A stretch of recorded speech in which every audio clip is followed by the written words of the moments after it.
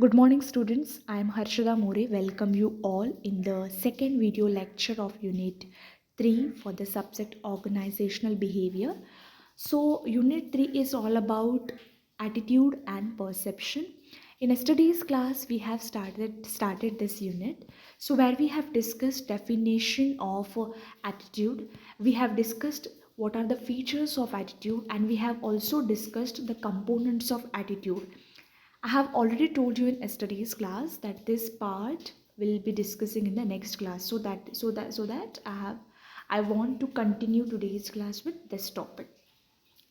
Formation of an attitude. So what are the different factors which are responsible to build a person's attitude? These are the different factors. So let's study these factors one by one. First is mass communication. Mass communication means what? The way we interact with other person, that is responsible for our attitude, our behavior. Okay, for example, some of us are very interactive, very talkative. Even if a stranger stands in front of us, we start talking with that person. But some of the people are very hesitant to talk with stranger people, with stranger is unknown people. So that is differs from person to person. So that is what a mass communication is also responsible for building an attitude. Next is experience with object. What does it mean? See, I have already told you that whenever any teacher is giving you an example for any concept, try to understand that example first, so that you will be understand the original concept automatically. Okay, so experience with object, what does it mean? I'll give example. Some of us are very excited about adventure, rafting, para jumping, but some of us are very stick to our opinion that I don't want to do any of this. I Some of the people are very scared about these such things, adventures and all. Why? Because they may have faced any bad experience about that activity. Some of it may possible that some of the people have faced people have faced any accident. They met with any accident while doing para jumping, rafting, adventure.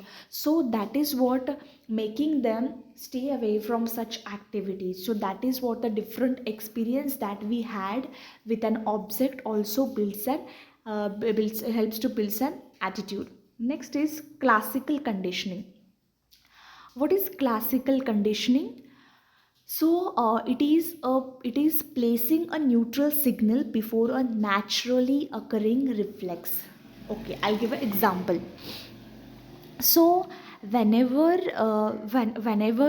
your mom is preparing delicious food at kitchen, suddenly a good smell of food comes to your nose, and you start inhaling that, and you start feeling that OMG, I'm very hungry. So that is what a stimuli started building at your mind, at your stomach, and you start feeling that you are hungry and you should go and run and eat that first. So that is what a classical conditioning.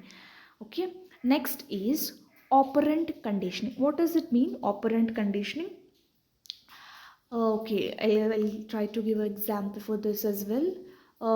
Okay, so operant conditioning is whenever a teacher or a lecturer is saying that you have to complete your homework, you have to complete your assignments, and you have to submit it by tomorrow, or else you will be getting zero internal marks. So by after listening this, some people will get scared and they start writing their assignments, they start their writing their homework, and they quickly submit to their lecturer, so that they don't want to lose their marks. So that is the operant conditioning. Okay, how a person in front of us is telling us something and we are responding in a positive way.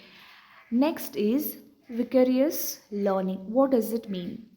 So, vicarious learning, it is where people are observing others and trying to imitate the same behavior.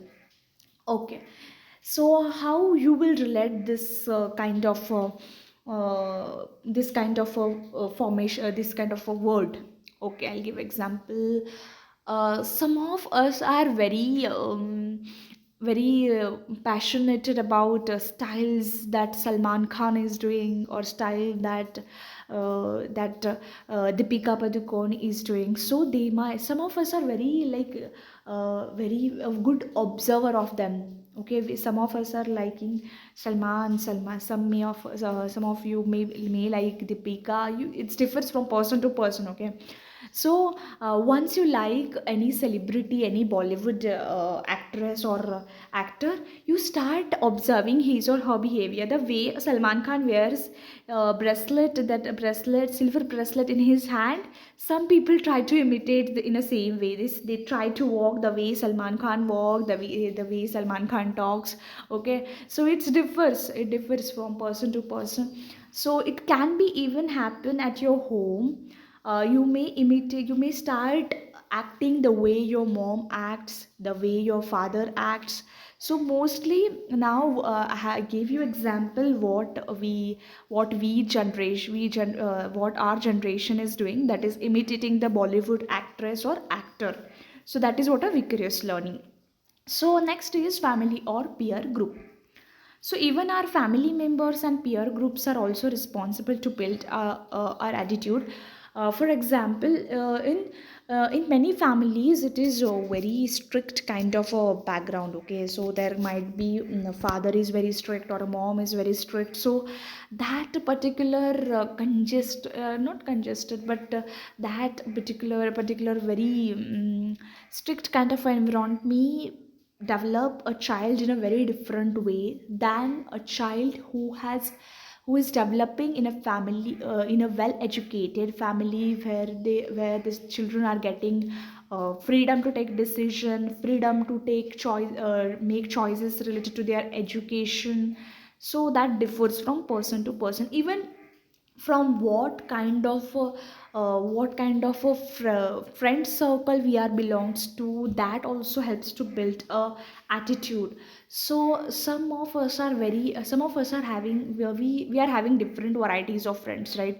So you may have a person who, even some, it may happens, you may have a person who is too rude, you may have a person who is very down to earth, you may have a person who is very comedian kind of a person. So that differs, and that even the people who are surrounding you, that is your family, your friends, they are also responsible to build your attitude, the way you talk, the way you walk, the way you interact with other people. Next is neighborhood. So what does it mean? Even the people who are living surrounding you, that people are also responsible to build the attitude that you are having. Or so for example, it's differs, like you may not be having the neighbors of your of belongs to your same caste. No, there can be different caste of people living around surrounding you. So sometimes it may depends on the family culture as well. Some of the families are very free to interact with even other caste, other tradition people, but some of the people are very stick to their tradition, their culture. They don't want to get involved other people who belongs to other relations. So that differs from, again, family. It depends on families, how families are teaching their child to behave with people who are of different caste and culture. So that is what a neighborhood. Next is economic status. This is the last one. So even attitude is also based on person's economic condition. Okay, so the person who is belongs to rich family, who is belongs to well-educated family, who is having lot of money, those people will spend money on more money on luxurious things. They may interested in buying very branded clothes, branded car. They believe they are just spending money without thinking. But the people who are belongs to middle class family, they might think twice before spending any money on irrelevant things. They most of the time, their focus is only on necessities. They are focusing on food, shelter, water or clothing.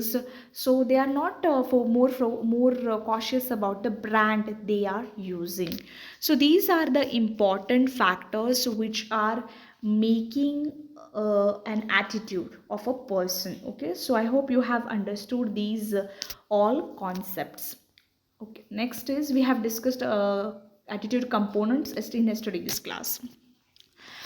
How employees can express dissatisfaction. This is also a part in this unit. So it can be with the help of exit. So if a person is leaving an organization that or an employee resigning from the job, it means he is dissatisfied with organization. Secondly, voice. So dissatisfaction expressed through active and constructive attempts to improve conditions. So they may start raising voice regarding any aspect which is not proper at your organization, and that will again leads to dissatisfaction. Next is loyalty.